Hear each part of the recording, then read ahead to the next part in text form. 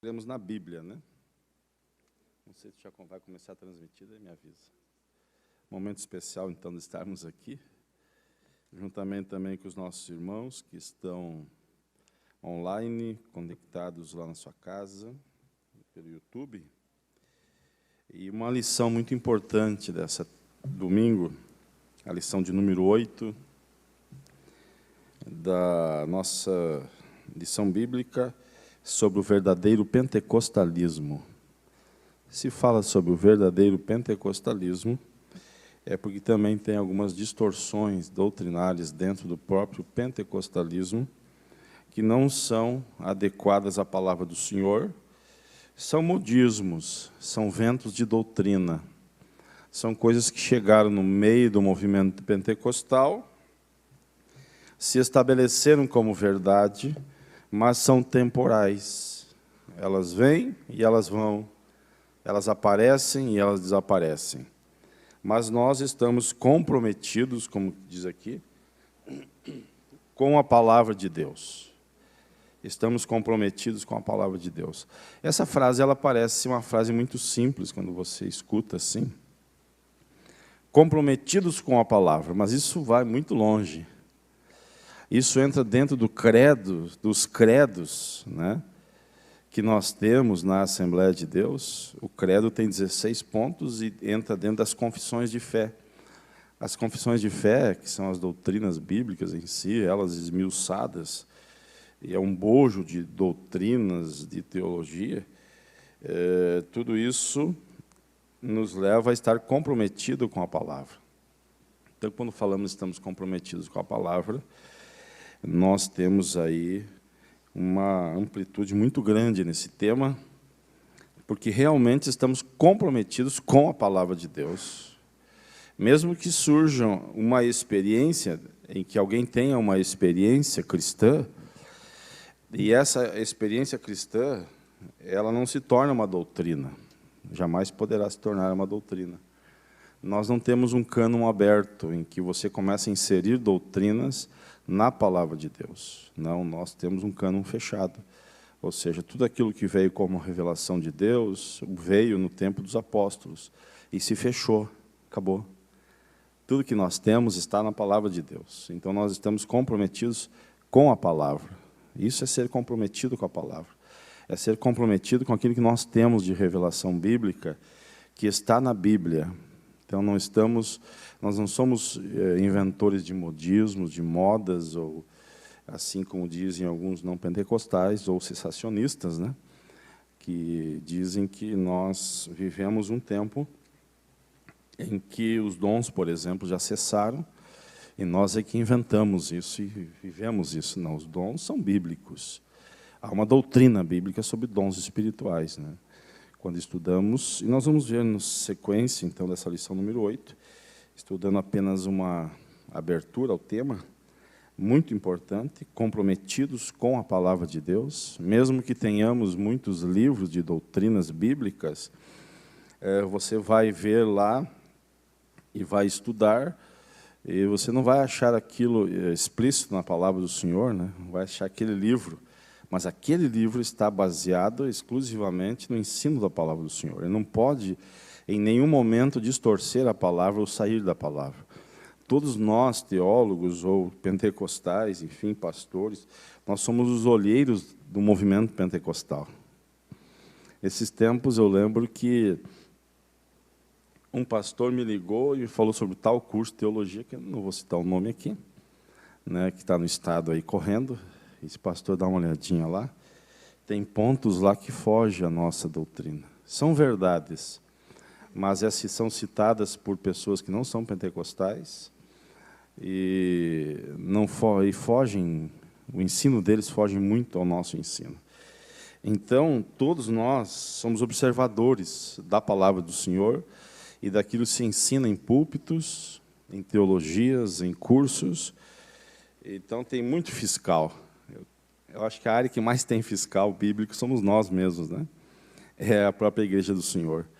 Porque nós fomos formados desde pequeno, desde criança, né? E tem muita gente no Brasil formada desde criança, com os ensinos bíblicos, E a partir daí nós começamos a nos comprometer com a canonicidade da palavra, com aquilo que é cânon, aquilo que é revelação bíblica, aquilo que está estabelecido como palavra de Deus, como inspiração divina, que Deus deu a alguém para que trouxesse até nós por meio da escrita bíblica. Então nós acabamos nos comprometendo com isso. É como se você vai estudar direito e você começa muito cedo a estudar direito, desde os 10, 12, 15 anos. Quando você chegar aos 30 anos, já é um PhD lá em direito, ninguém vai pegar você, né, em algum ponto de distorção da lei. E assim também é da palavra do Senhor, por isso que nós somos comprometidos com a palavra. É com a palavra, não é com o pregador, nem com o ensinador, seja ele quem for. Então nós somos os fiscais de Deus aqui na terra, e vamos estar sempre observando se está na palavra ou se não está na palavra. Mas isso é uma formação que vem desde 5 anos de idade, né, irmã Aline? Quando começamos lá nos Cordeirinhos de Cristo. A irmã Aline não estava aqui, não tinha nem nascido. Mas o Maneco estava. E ali eles começaram a moldar a nossa vida.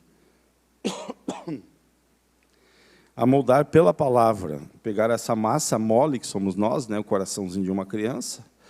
Por isso que pegue a criança, né, enquanto ainda o coração é mole, e coloque ali dentro a palavra. E ela vai nascer, ela vai moldar, ela vai estabelecer uma transformação de vida. E depois de sermos transformados pela palavra, ninguém mais nos muda. Ninguém. Que maravilha, né? Ninguém mais nos amolda a uma outra forma de vida. Então, comprometidos com a palavra de Deus é algo extraordinário, que nós começamos muito cedo, começamos pequenininho, a nos comprometer com a palavra, porque recebemos ela como verdade. E aí temos como verdade. E tendo como verdade absoluta, não é relativa, não tem um professor de universidade que vai nos transformar. Não, nunca, jamais. Ele vai sair confuso da nossa mente, da nossa presença, né? Nós vamos sempre estar posicionados em defesa da palavra de Deus. O texto áureo nos diz, bem-aventurados que ouvem a palavra de Deus e aguardam. Guardar é fazer com que essa palavra se transforme em prática na minha vida. Guardar não é guardar lá em casa, guardar em algum lugar, não. Guardar a palavra é eu ouvir, que é por isso que Jesus disse, bem-aventurados que ouvem a palavra de Deus e aguardam. Não é bem-aventurado somente aqueles que ouvem. Não, bem-aventurado aqueles que ouvem, aqueles que guardam, aqueles que são os praticantes. São os ouvintes, mas permitem que essa palavra se transforme em prática de comportamento. Prática de comportamento. Nós vamos entrar na ética daí, né?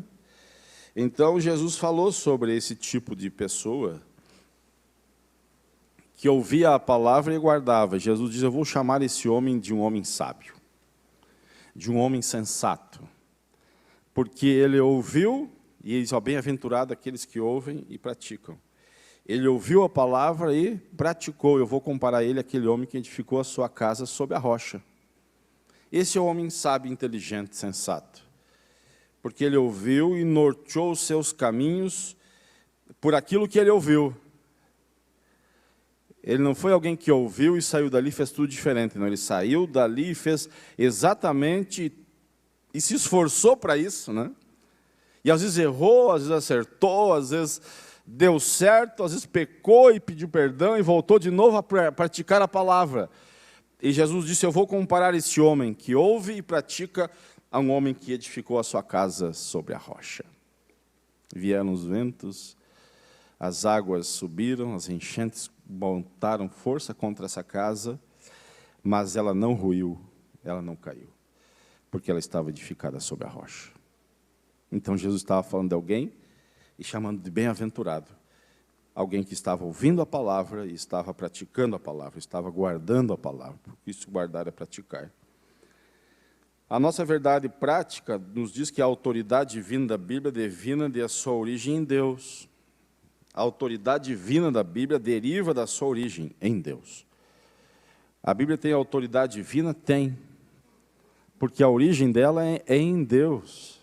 Deus que inspirou homens. Não foram homens que escreveram a Bíblia apenas, não. Homens inspirados comprometidos com Deus. Estes homens inspirados, eles escreveram a palavra. E ela passou por um crivo. Para mim chamar de palavra de Deus, ela não chegou aqui de qualquer jeito. Não, ela passou por um crivo. Ela passou por um crivo e várias, né, atualizações no sentido de que ela realmente estivesse como palavra inspirada. E nós temos a conhecida Septuaginta, né, onde 70 teólogos se reúnem para definir o que era cânon, o que era sagrado e o que não era sagrado. E eles definiram que estes livros têm inspiração divina e é sagrado. E tiraram daqui o quê? O que eles tiraram daqui? Os livros apócrifos, sabia? Eles entenderam que os livros apócrifos, que é usado na Igreja Católica, na Bíblia da Igreja Católica, eles são livros históricos. Foram homens que escreveram, que não tiveram nenhuma inspiração divina para escrever, entendeu? Eles não precisavam de inspiração divina para escrever aqueles livros. Eles simplesmente relataram histórias, coisas daquele tempo e daquela época. E com algumas contradições da revelação da bíblica. Porque a revelação bíblica é uma mente, tem uma mente só, que inspirou, que a mente é o Espírito Santo. Foi ele que inspirou. Então, você não vê do primeiro livro, não estou falando em ordem cronológica, mas do primeiro, de Gênesis a Apocalipse, você não vê distorções doutrinárias de um autor, né, falando coisas que o outro reprovou. Não, em nenhum momento. Porque a mente e o autor é um só. O autor é Deus. A origem é divina. Por isso que aqui que diz que a autoridade divina da Bíblia deriva de sua origem em Deus. Então, ela não tem como se chocar.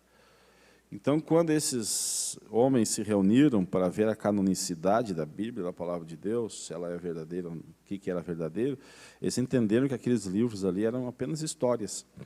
E tinham distorções doutrinárias. Distorções doutrinárias. Doutrinárias. Esse é o ponto principal. Por que que os livros apócrifos não fazem parte da Bíblia? Porque eles têm distorções doutrinárias. Aquilo que os apóstolos reprovam, não ensinaram como doutrina, não ensinaram como verdade, eles ensinam como verdade. Eis aí o ponto principal, porque eles não estão na palavra de Deus, na Bíblia. Então, quando a autoridade, vimos que a autoridade divina da Bíblia deriva de sua origem em Deus, e isso por si só encerra a suprema autoridade das Escrituras como plena e total garantia da infalibilidade. Deus nos deu ela, foram homens inspirados pelo Espírito Santo, que trouxeram até nós o que nós temos hoje como Bíblia, que escreveram, foram inspirados pelo Espírito Santo. Então, ela é infalível. Aqui diz que encerra a suprema autoridade das Escrituras como plena e total garantia de infalibilidade. Então, a palavra do Senhor, ela é infalível. Tem temas e textos, meus irmãos, aí que eu quero só deixar esse detalhe aqui para esclarecer, que às vezes surge alguma coisa assim. Foi aí que errou Ed René, né? Foi aí que Ed René cometeu um grande pecado. Mas um curso básico resolve isso. Um curso básico de teologia resolve isso. E ser aluno da escola dominical também resolve isso. Porque não posso pegar um texto isolado de dentro da lei de Moisés, por favor. Eu não posso pegar um texto isolado de dentro da lei de Moisés, de uma outra dispensação, e querer aplicar aqui, no reino de Deus, na dispensação do Espírito Santo, na dispensação da graça. Porque se eu fizer isso, então, eu vou ter que cumprir com aquilo que Jesus não cumpriu com a mulher que foi pega em adultério, que a lei dizia que era para apedrejar ela. Alguém apedrejou alguma mulher que cometeu pecado aqui? Ou entrou aqui? Não, nunca. Então, são textos isolados, né? Aquilo que era para a lei está na lei, vai continuar na lei, fechado na lei de Moisés. Para aquele povo e para aquele tempo. Não podemos aplicar hoje, então, eu não preciso reformar a Bíblia. Eu tenho que reformar a minha cabeça. né? Eu preciso reformar aqui dentro e entender que Deus sim falou aquilo e deixou aquilo para aquele povo, para aquela época, porque era necessário Ele preparar um povo exclusivo com leis específicas dEle e que cumprissem com aquilo que eram os seus desígnios. Mas hoje não. Hoje nós estamos no tempo da graça de Deus. Ninguém apedreja ninguém. Ninguém cumpre a lei, né? Não cumprimos a lei, não tem nada a ver. Jesus cumpriu a lei. Então nós estamos comprometidos com a palavra de Deus. E mesmo assim continuamos comprometidos com a palavra do Senhor. Por isso que estar comprometido com a palavra do Senhor é saber para que tempo exatamente aquele texto está posto. Porque se ele está posto para o povo de Israel, eu como gentil não devo nada, nem satisfação para cumprir. É assim. É mais ou menos, é bem assim que funciona, né? Eu não sou judeu. E também Deus nos está tratando como nação de Israel. Deus nos está tratando como seu povo, especial, escolhido, zeloso e de boas obras. A nação santa, povo adquirido. Nós somos a nação de Israel do coração, né? Como aquele filho adotivo. Exatamente isso, viu? Nós somos aquele adotivo que o Senhor nos escolheu, já que os herdeiros e os filhos naturais não quiseram, então o Papai do céu disse, então eu vou adotar um povo. E esse povo vai me ouvir, esse povo vai quebrar seu coração diante da minha palavra, esse povo vai se arrepender, e esse povo vai me obedecer. Aleluia. E aqui estamos nós. Aqui chegamos nós, né, irmãos? Por graça e misericórdia do Senhor. Amém? A nossa leitura bíblica, você poderá abrir a sua Bíblia aí onde você estiver, na sua casa, os irmãos aqui, a sua revista, 2 Timóteo, capítulo 2, 14 a 19. E também 2 Pedro, capítulo 1, versículo 20 e 21. Diz assim, traz destas coisas a memória, ordenando-lhes diante do Senhor que não tenham contendas de palavras, que para nada aproveitam e são para a pervenção dos ouvintes. Irmãos, esse texto aqui, no contexto que ele está, era bem difícil viver. Eles não tinham uma Bíblia, sabia? Eles não tinham um texto bíblico, eles não tinham isso aqui. Ó. Quando Paulo escreve a Timóteo, eles não tinham a Bíblia. Então, imagine a confusão que era entre eles, né? Cada um falando uma coisa, cada um dizendo, não, mas é assim, e o outro chegava e dizia, não, mas é assim. Então, eles não tinham o que nós temos hoje. Hoje a gente abre a Bíblia, abre os livros de teologia e aprende Bíblia pura. E já aprende num contexto, dentro de um compêndio só. Eles não. Quando Paulo escreve a Timóteo, que era pastor, e diz para eles trazer estas coisas à memória, ordenando-lhes diante do Senhor, que não tenham contendas de palavras, para que, ou que para nada aproveitam. E são para a perversão dos ouvintes. Procura apresentar-te a Deus aprovado, como obreiro, que não tem de que se envergonhar, e que maneja bem a palavra da verdade.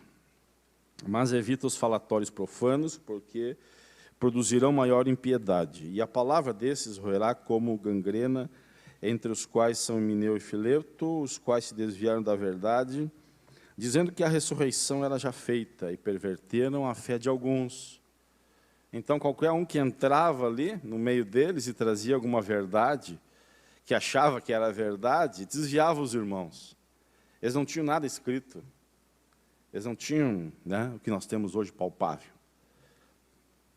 Todavia, o fundamento de Deus fica firme, tendo este selo, o Senhor conhece os que são seus, e qualquer que profere o nome de Cristo, aparte-se da iniquidade.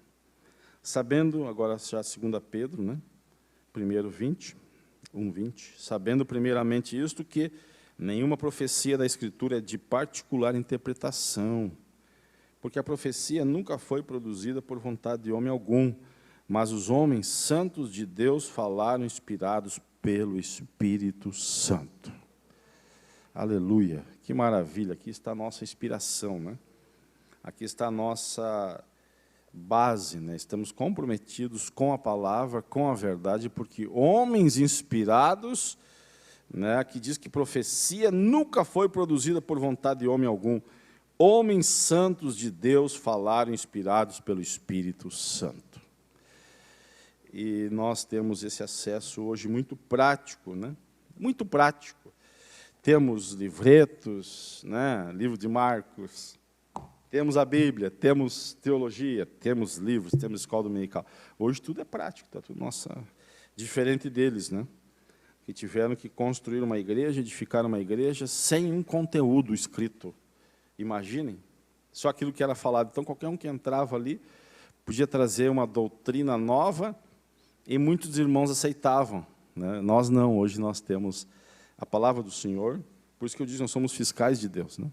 Todos nós estamos vendo, não, mas isso aqui é de Deus, isso aqui não é, se não é, deixa de lado. E aí toda inovação tem tempo para terminar, isso que eu queria também salientar. Nós estamos comprometidos com a palavra do Senhor, se surge alguma coisa nova, deixe passar o tempo. Você vai descobrir se é de Deus ou não. Deixa passar. Né? Foi aquilo que um sábio disse lá aos irmãos, aos pais da igreja, né? Aos irmãos. Gamaliel falou isso. Né? Paulo foi instruído aos pés de Gamaliel. E ele disse, ó, deixa o tempo dizer. Porque se é de Deus, nós não podemos levantar contra Deus. Então, aquilo que é de Deus, ele vai passar milênios. Deixa passar 100 anos, vai ver se é de Deus. Aquilo que é de Deus vai permanecer como de Deus. Amém? O compromisso com a palavra de Deus, ainda na introdução aqui, é um dos maiores, ou das nossas maiores preocupações com o movimento pentecostal. Não está na introdução aqui, mas um pouquinho antes, só essa frase eu queria, não vou... O compromisso com a palavra de Deus é uma das nossas maiores preocupações do movimento pentecostal. Por quê? Porque surgiram tantas novidades, e tantas modas, e tantas coisas, e tantos ventos de doutrina, dentro desse tempo, desses 100 anos da Assembleia de Deus do Brasil, e nunca surgiu tanto como nos últimos, né, nesses últimos tempos. E nos preocupa. Isso nos preocupa, né? Preocupa porque para onde querem levar nossas crianças?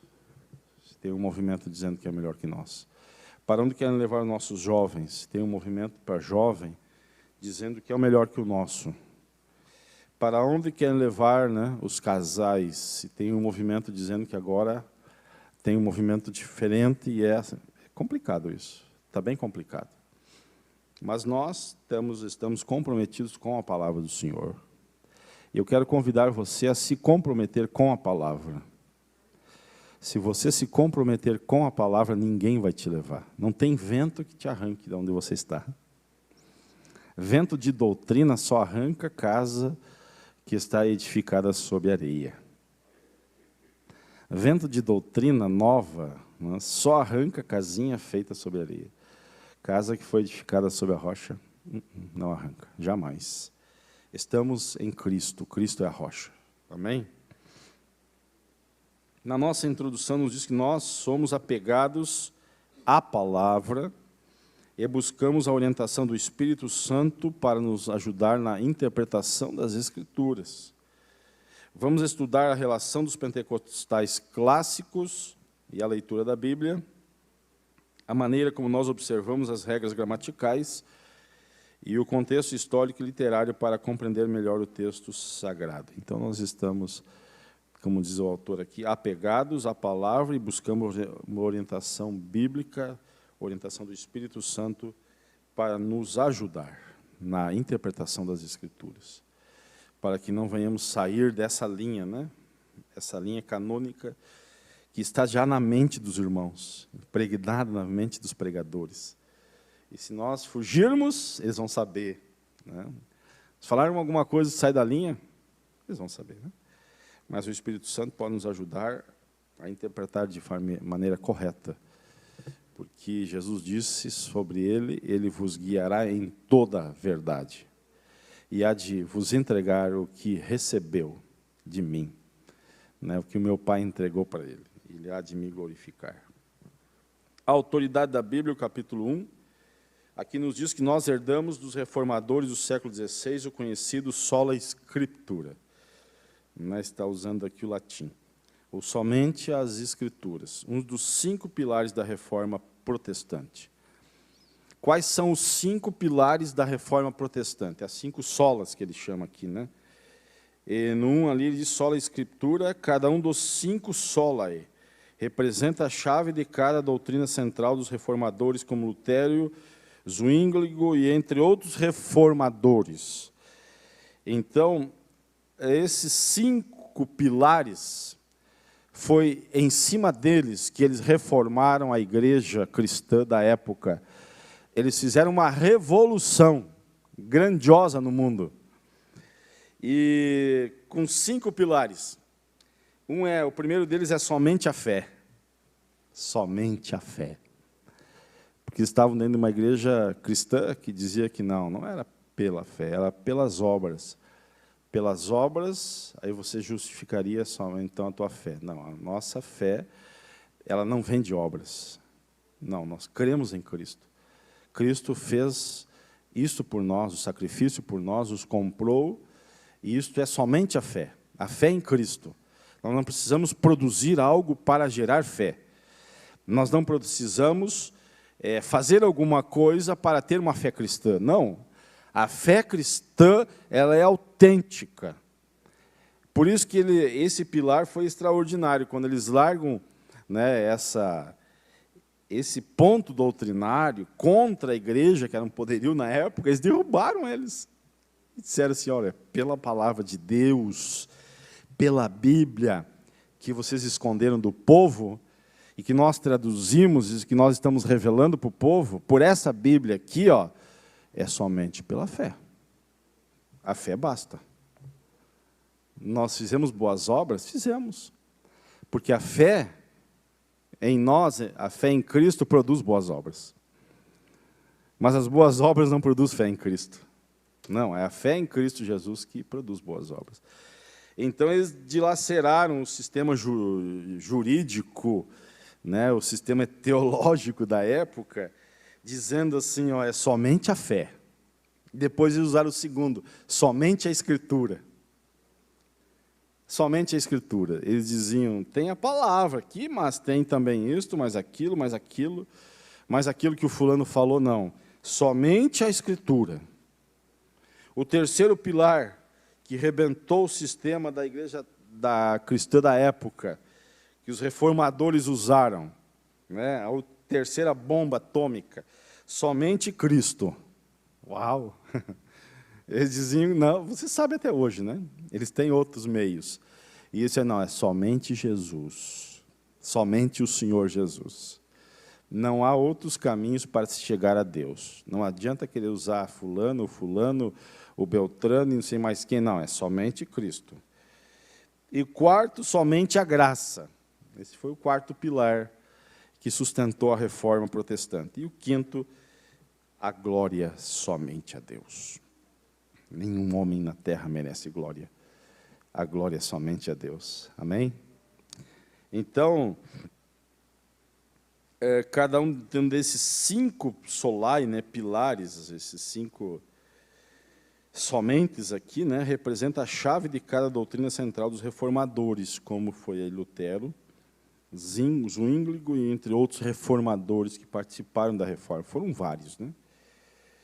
O brado de sola Escritura, ou seja, somente a Escritura, significa que a Bíblia é a única regra de fé e prática para a vida cristã. Nós não temos um outro livro que nos leve a uma regra de fé e prática para a nossa vida cristã. Nós não temos embutidos na palavra, que você tem que carregar junto com a Bíblia, como um complemento, alguma coisa a mais, que nos leve a ter uma regra de fé e prática de vida cristã. Não, nós temos a Bíblia, a palavra do Senhor. Somente, esse é um brado da reforma. É um brado da reforma que soa até hoje os nossos ouvidos. O brado da reforma chamado somente a Escritura. Somente a palavra de Deus é suficiente. Você não precisa carregar um monte de coisa junto, não. Você carrega a palavra. Ouve a palavra e pratica a palavra. E você está feliz, está pleno. Amém? Então, e aqui diz que é por meio dela que podemos conhecer a Deus e entender a sua vontade, por meio da palavra do Senhor. Por onde que nós conhecemos a Deus? Desde nossa infância. Por onde foi? Pela palavra. A revista Escola Dominical estava com um subsídio. E não podia falhar em relação àquilo que estava na palavra. E não pode falhar. Foi apenas a maneira como o escritor colocou um tema ali, como agora. Mas ela não pode contrariar aquilo que está na palavra. Então, por meio desta palavra, dessa escritura, por isso que aqui diz somente a escritura, sola a escritura, é por meio dela que nós podemos conhecer a Deus e entender a sua vontade. Mas hoje tem tanto modismos por aí, né? O fulano de tal explica diferente, vou para lá. O ciclano explica diferente, vou para lá. Sim, mas aqui está a palavra, ali conhecemos Deus e a sua vontade, né? Os católicos romanos têm a Bíblia e a tradição, na sequência aí do tema, do capítulo 1 sobre a autoridade da Bíblia. Aqui diz que os católicos romanos têm a Bíblia e a tradição. As testemunhas de Jeová têm a tradução do Novo Mundo, e mais a revista Sentinela. Por isso que eles adoram tanto aquela revista, né? Os mórmons têm a Bíblia e mais o livro de Mórmon. E outras publicações como fonte de autoridade espiritual. Nós temos a Bíblia. Amém? Então, porque a Bíblia é a nossa autoridade espiritual. É o ponto final, né? O irmão ali, o irmão Rafael, ele é jurista, né? Ele é jurista, ele sabe, né, aquilo que está dentro do jurídico, né? Aquilo que está impregnado nas leis, nas constituições, enfim.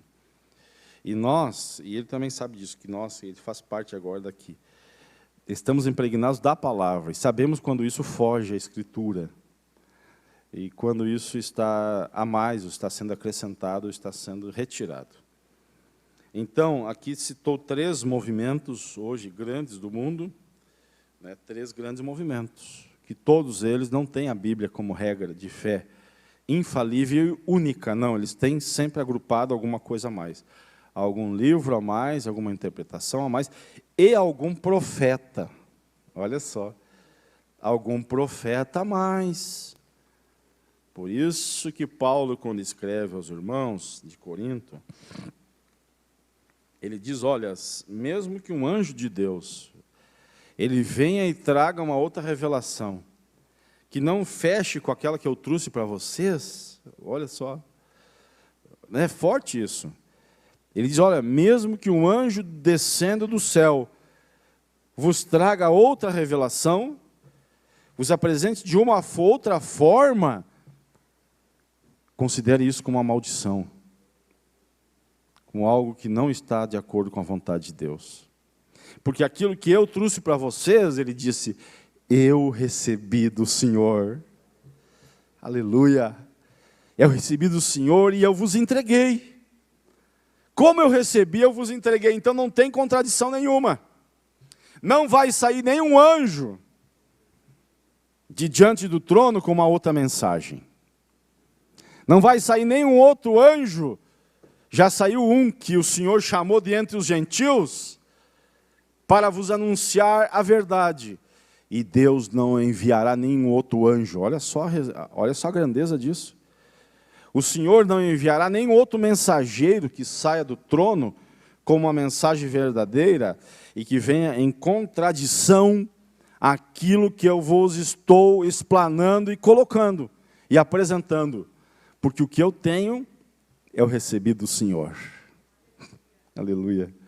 Eu recebi do Senhor Jesus. Não tem contradição no céu. Oh, maravilha. O céu não é contraditório. Não há contradição diante de Deus, o Espírito Santo não traz contradição alguma. O que Ele traz para nós já está na palavra. Sabia? Tudo que o Espírito Santo, olha só a verdade, tudo que o Espírito Santo trouxer para você já está na Escritura. Porque Jesus disse, Ele vos fará lembrar aquilo que eu vos falei, aquilo que eu entreguei para vocês. Que maravilha, né? Eu vou falar uma frase aqui bem forte. Nem o Espírito Santo traz algo que é contrário à palavra de Deus. Porque Ele é Deus. Ele jamais vai trazer algo novo que discorde o diferencie daquilo que está como só a Escritura, como somente a Escritura tem nos trazido. Não, ele vem confirmando, ele vem nos ensinando essa palavra aqui. Aleluia. É o mesmo Espírito, né, que testifica essas coisas dentro de nós. E Deus é Espírito, o Espírito Santo é Deus, e não tem como Ele trazer alguma coisa que venha diferenciar das Sagradas Escrituras. Mas nós tivemos tantos modismos nos últimos anos. Vocês nem imaginem grandes combates em convenções no Brasil e mundo afora, de homens que chegaram a dizer que tiveram revelações que estiveram diante de Deus, diante do Pai. Eu vou só citar uma, mas está cheio. E estava o Espírito Santo triste de um lado, porque não havia podido cumprir com a missão na terra que Deus havia lhe dado. E ele disse: eu estou aqui, Senhor, eu vou lá cumprir. Eita! Esse tipo de gente lotou ginásios, estádios nos Estados Unidos, sabia? Até que a Assembleia de Deus cortou eles. Não, aqui não. Aqui ninguém é maior que Deus. Aqui não tem ninguém que substitua a Trindade. Porque nós estamos na Escritura. E a Escritura não vai deixar essa possibilidade. Nós não vivemos um cânon aberto, nós vivemos um cânon fechado. A revelação bíblica veio para os apóstolos e encerrou-se ali. E hoje nós cremos naquilo que está escrito. Não podemos aceitar nenhuma inovação. Imagine um homem querendo substituir o Espírito Santo na terra. Chegou ao ponto de ser, na época, foi cortado da convenção da Assembleia de Deus dos Estados Unidos. Então, meus irmãos, isso é muito sério. Às vezes você estuda aqui somente a Escritura, você acha somente a Escritura. Mas somente a Escritura resolve tudo. Amém? Resolve tudo para nós, né? Nossos fundamentos. Os pentecostais ainda são vistos por alguns não pentecostais e cessacionistas. O que são os cessacionistas? Eu vou explicar para nós não passar direto e ficar a palavrinha solta no texto. São aqueles, e tem livros, olha só, tem livros, igrejas, teologias. Você vai achar muito conteúdo teológico. Se você for estudar, você vai achar bastante. Conteúdo teológico de doutores em teologia, de PhDs, de gente que estudou Bíblia, viu? Defendendo o cessacionismo. Então, não é uma coisinha pequena. Quando a gente fala em somente a Escritura, a gente está dizendo assim, ó, eles estão dizendo que os dons espirituais foi para aquela época e cessou. Acabou com a igreja primitiva, morreu lá mesmo. Esses teólogos estão dizendo isso, cessacionistas. E nós estamos crendo na palavra do Senhor, que o Espírito Santo distribui a quem Ele quer os dons no meio da igreja, como Ele quer. Porque o Espírito Santo é quem prepara a igreja para se encontrar com o noivo, que é o Senhor Jesus. Como uma simples voltinha aí, né? E eles têm dado a volta na cabeça de muita gente boa, e dizem, não, os pentecostais são um movimento que baseia suas crenças e práticas nas emoções e ensinam a crença do cânon aberto, ou seja, ainda como se Deus estivesse trazendo revelações. Mas essa revelação é bíblica, está escrita. Nós não somos movidos por emoções. Alguém diz, se falar em línguas aí, deles, isso é emoção. Não.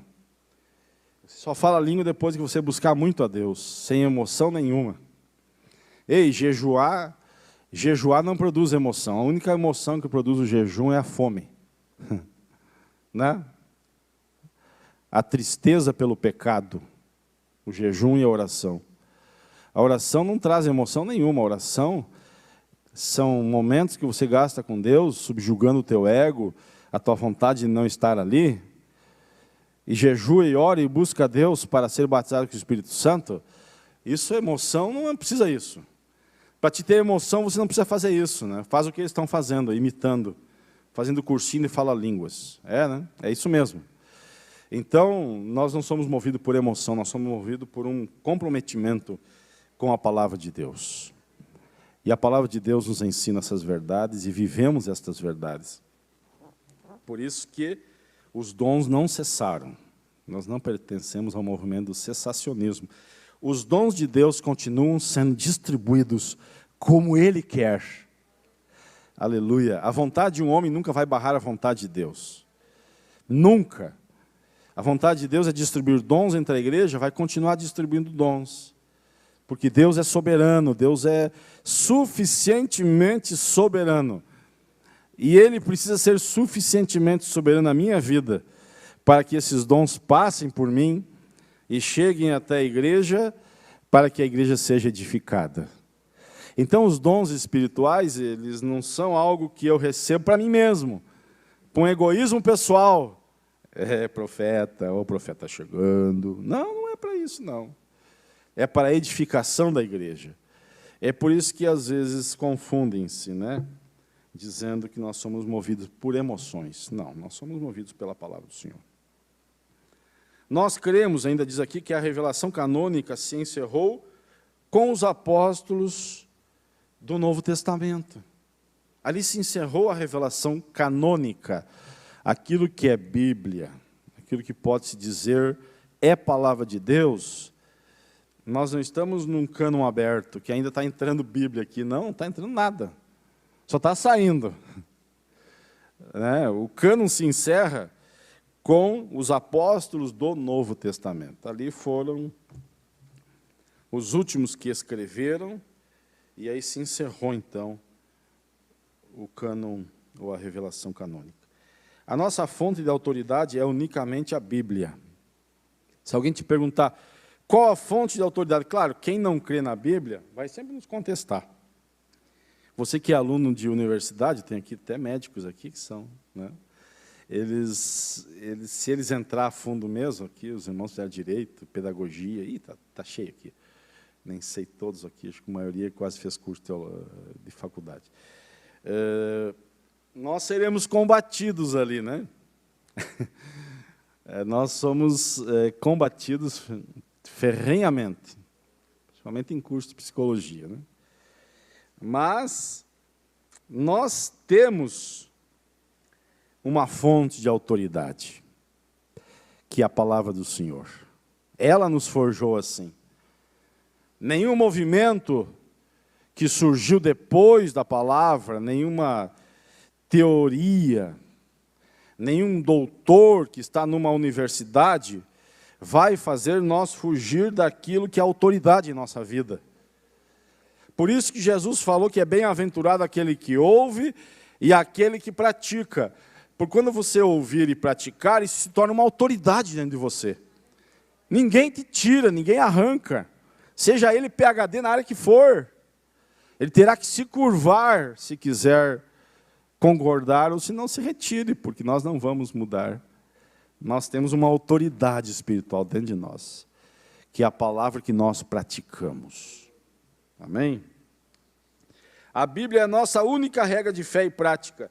Não necessitamos de uma nova revelação extraordinária ou pretensamente canônica, ou que possa ser acrescentada às Escrituras. Por isso que diz aqui, pretensalmente canônica, alguma coisa que você pode acrescentar à Escritura como uma verdade que surgiu agora, é nova, não estava na palavra. Não, não precisa. Não necessitamos de uma nova revelação extraordinária. A Bíblia é a nossa única. Por isso que é somente as Escrituras. Esse ponto aqui é fantástico. E nós estamos estudando aqui, né? O texto diz comprometidos com a palavra de Deus. Somente a Escritura. E eu tenho aqui hoje alunos da escola dominical que estão aqui nesse momento, que são alunos desde criança, desde infância, né? Ninguém poderá retirar eles daquilo que eles aprenderam. Ninguém. Aqui também no capítulo 3 diz que nós não somos deístas. Não somos deístas. Deísmo é a doutrina que afirma a existência de um Deus, mas que ele está muito longe de nós e não se envolve com os assuntos humanos. Olha só os deístas. É como um relojoeiro que dá corda a um relógio e se esquece dele. Nós não somos deístas. Deus, né? Deus, nós, a palavra de Deus se ausentou, não. Nós somos teístas. Teísmo bíblico, teístas. Isto é, cremos que Deus não está longe de cada um de nós. Nós não temos a crença de um Deus longe, né? Um Deus não pessoal. Não, nós temos a crença de um Deus pessoal, de um Deus que se aproxima, que está dentro de nós. Não é que Deus esteja perto de nós. Eu não creio que Deus esteja perto de mim. Né? Eu creio que Deus está aqui dentro. É muito mais. Amém? Ele está interessado no ser humano. Um Deus que está interessado em saber o que está acontecendo comigo. Por que você chegou triste hoje? Por que essa angústia está te abalando, está te destruindo? Esse é o nosso Deus. Somos teístas. Um Deus que se preocupa com as nossas particularidades, com as nossas dores, com as nossas decepções. Um Deus que quando chegamos diante dele com o nosso coração arrebentado e dobramos nossos joelhos, às vezes nem dobramos. Às vezes estamos no carro por aí falando com ele, ele está junto de nós nos ouvindo. Bem junto de nós. Oh, que maravilha, né? Por isso, irmãos, somente a Escritura. Então nós ficamos com a Escritura. A Escritura está sempre dizendo, ele está junto, ele está aí perto. Clama a ele que ele vai te responder. Fala com ele, né, que ele vai te ouvir. Jesus trouxe essa verdade. Ele trouxe essa verdade, né, para nós. Peçam e o Pai Celestial, ele vai responder exatamente conforme o teu pedido. Porque se você tiver fome, disse Jesus, ei, o Pai Celestial não vai dar uma pedra para vocês. Ele não está longe. Ele está perto. Se você pedir pão, ele sabe que você está com fome. Ele vai te dar pão. Que maravilha, né? Aí Jesus disse assim, ó, assim mesmo, peçam o Espírito Santo, que ele não vai negar para nenhum de vocês. Amém? Então o fechamento, a seguir o fechamento do cânon sagrado, não significa que Deus abandonou suas Escrituras e o seu povo. Alguém diz, não, Deus só se revelou naquele tempo, para aquela época, e não houve mais nenhuma revelação. Vocês estão crendo em alguma coisa que foi escrita quase 2000 anos atrás. Fechou, Deus. Deus não está presente, ele se ausentou e largou a Bíblia a vocês. Não. Deus está se revelando a nós por essa palavra, por esta Escritura. Ele está se revelando todos os dias a cada um de nós, né? Então, o fechamento do cânon sagrado não significa que Deus abandonou suas criaturas e o seu povo. Nós cremos que Deus continua a se comunicar com o seu povo por meio dos dons espirituais. Tem alguma coisa viva, viva, atual, que Deus se comunica com os dons espirituais? Né? Quantas profecias nós ouvimos e precisamos orar mais e buscar mais, por isso que não é muito fácil. Não é muito fácil praticar os dons espirituais e tê-los em nosso meio. Não é fruto de emoção, que você chega ali e fala, não. É fruto de alguém que busca, ora, jejua, está nas mãos de Deus. E aí Deus usa um profeta e diz assim, diz o Senhor. E revela coisas na nossa vida que ninguém sabe, nem o diabo sabe. Então Deus continua falando conosco, amém? Deus continua falando conosco quando abre a boca de um pregador, e ele prega uma palavra revelada para nós, né? E nós estamos sentados lá, ele não nos conhece, ele não sabe para quê, qual o endereço é aquela palavra, qual a identidade CPF que vai alcançar ali naquela noite, né? Quem é essa pessoa, quem é esse indivíduo, e Deus, por meio da sua palavra, traz uma palavra ao nosso coração, exatamente as nossas necessidades. Então Deus continua a se revelar com o seu povo, né? E isso está dentro dos dons espirituais, porque também a palavra, o conhecimento da palavra, enfim, é um dom espiritual, né? Deus se manifestando. Entretanto, essa revelação não se reveste de autoridade canônica para a igreja. Olha só que importante isso, né? Como é importante esse detalhe aqui. Ó. Essa revelação, mesmo que venha um profeta aqui, fale, é de Deus, mas ela não se reveste de uma autoridade canônica sobre a igreja. A igreja não precisa esperar vir um profeta aqui para dizer o que ela tem que fazer. Não, ela precisa obedecer a palavra. Os pastores precisam obedecer a palavra, cumprir com a palavra. Já está estabelecido. Não precisa nem vir nenhum profeta aqui dizendo tem que ser assim, tem que ser assim. Agora separa tal fulaninho para diácono. Tem alguém que tem igreja que vive em cima disso, né? Não, nós não podemos canonizar estas revelações, elas não são canônicas, elas são revelações dadas pelo Espírito Santo para aquele momento.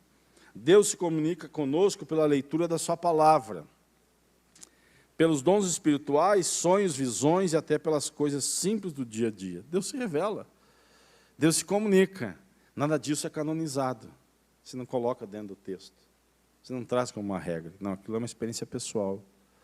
Temos que cuidar que a experiência pessoal com Deus, ela não pode mudar aquilo que é solamente Escritura.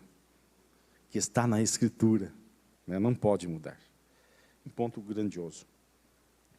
E o segundo, já o nosso tempo está indo, né? Eu vou passar lá para o...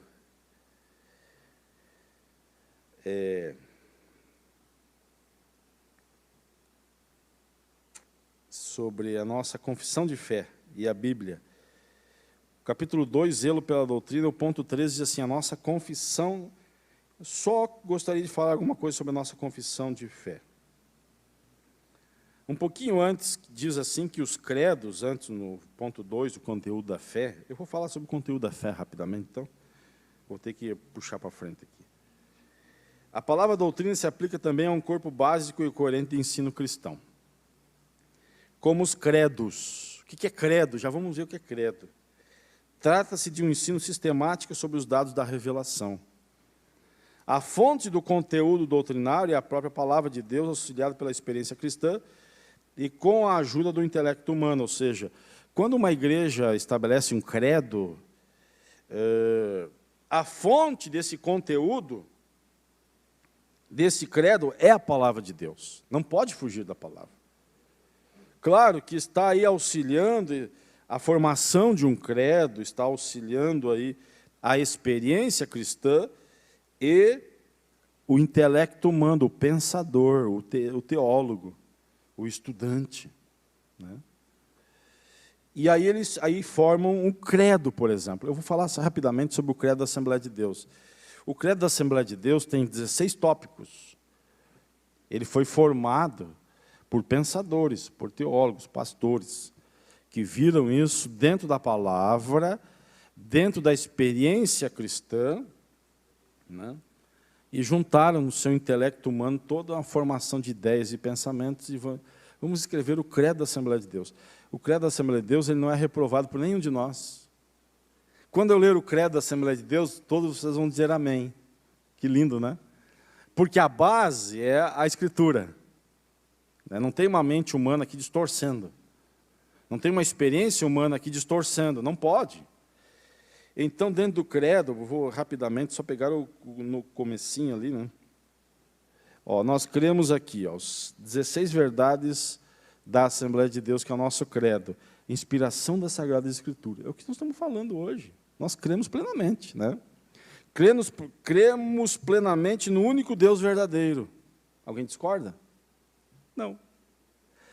Cremos na deidade da divindade do Senhor Jesus Cristo. Alguém discorda? Não. Cremos na queda do homem. É bíblico. Então, tudo o que está no credo, que compõe o credo, é bíblico. Somente a Escritura.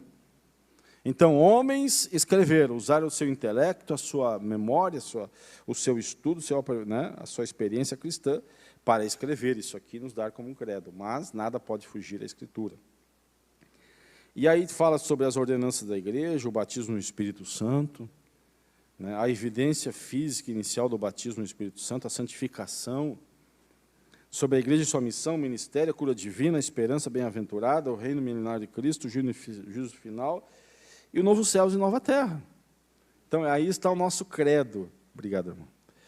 E ele está diretamente, né, ligado às Escrituras Sagradas. Por isso que é somente a Escritura. A nossa confissão de fé é a Bíblia. A nossa confissão de fé não é de autoria particular. Por exemplo, quando você vai estudar lá na confissão de fé sobre salvação, não foi alguém que inventou aquele assunto teológico e jogou ali dentro. Não, ele teve que ler a Bíblia, interpretar, não errar na interpretação, pedir graça de Deus para escrever sobre doutrina de salvação. Nós vamos ver que todo o conteúdo e tudo que está sendo feito e falado ali está na Bíblia. Mas você não acha ele na Bíblia assim, né, desenvolvido como está ali. Então, por isso que o credo e as confissões de fé é algo extraordinário. Você vai ler ali, realmente nós cremos nisso, né? Então, não é de autoria particular, pois expressa o pensamento e a vida da igreja. Esse documento é submetido às Escrituras e estão em conformidade com elas.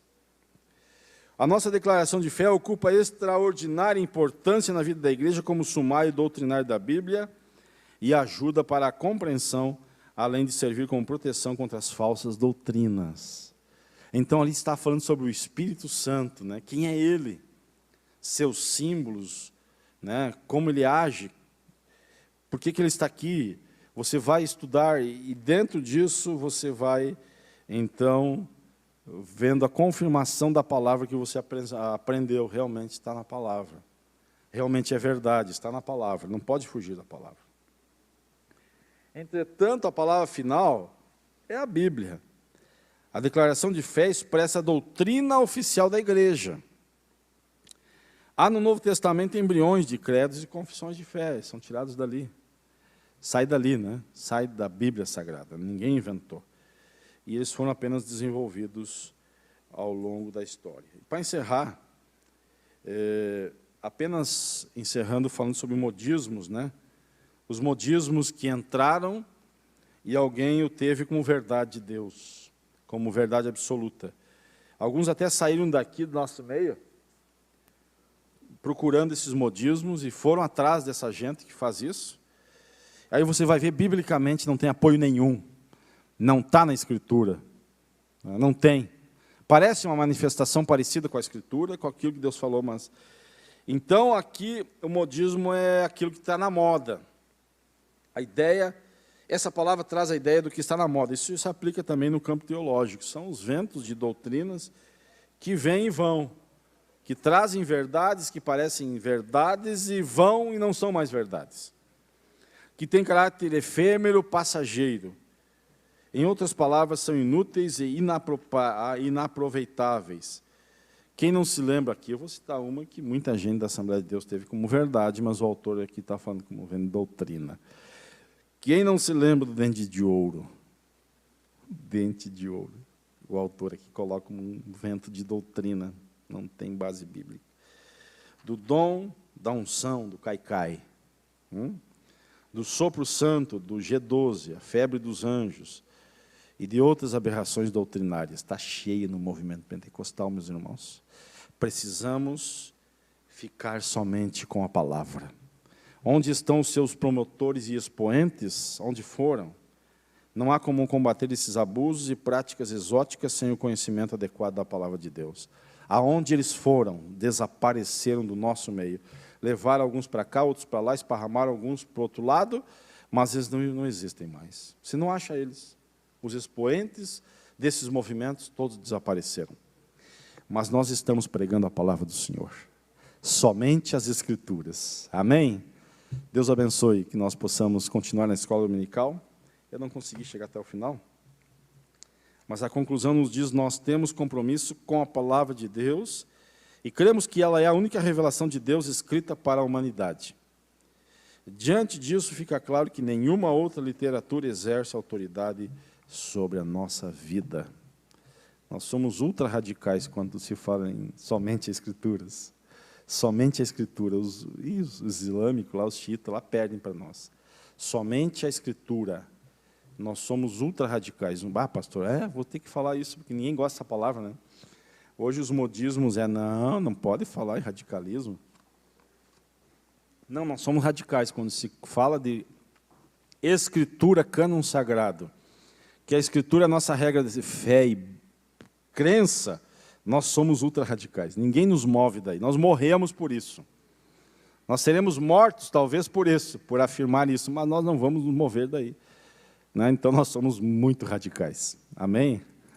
Somente a Escritura. Deus abençoe, vamos em pé orar. Quero orar pelos irmãos, você está ainda que também estão na sua casa e tem uma necessidade. Ei, a palavra de Deus tem resposta para a tua dor, viu? A palavra de Deus tem resposta para a tua dúvida. Leia, medita e pratique a palavra do Senhor, solamente a Escritura, somente a Escritura.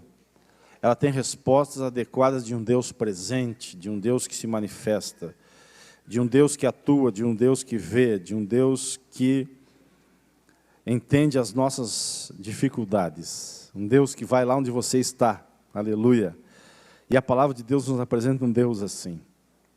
Não podemos pregar ela diferente. Nosso Deus e Pai, nos rendemos ao Senhor nesta manhã, dando graças por essa linda oportunidade que tivemos, dando graças pela Tua Palavra.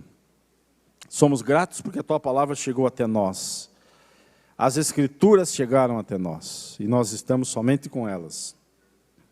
A Tua Palavra, Senhor, é a nossa direção, a nossa bússola, é a que indica o nosso caminho para frente, para a eternidade, aonde vai dar a nossa fé. E o Espírito Santo vem confirmando ela em nossos corações. Abençoa os teus servos, tuas servas, irmãos, irmãs, amigos, pessoas que estão acessando esse YouTube nesta manhã. Que a tua palavra possa acessar os seus corações e que eles possam encontrar na tua palavra o refrigério para as suas almas, encontrar na tua palavra as respostas às suas buscas, encontrar na tua palavra todo aquilo que o vazio existencial do pecado deixou dentro deles, e a Tua palavra vem encher eles, Senhor, de água pura, de saciando a sua sede espiritual. Que a Tua palavra possa entrar ali, Senhor, como o pão do céu, e saciar a sua fome espiritual. Que a Tua palavra, Senhor, venha entrar ali e tirar toda a consequência do pecado, todo o trauma, a culpa do pecado. Porque o Senhor Jesus derramou o seu sangue, está escrito na Escritura, para perdoar os nossos pecados e para pagar toda a culpa que está na nossa consciência. Ajuda eles ali, Senhor, e abençoa o teu povo e a igreja do Senhor, que possamos ficar somente na Escritura, guiados pelo teu Espírito Santo em toda a verdade, Pai, em nome de Jesus. Amém. Que a graça de nosso Senhor Jesus Cristo, o amor de Deus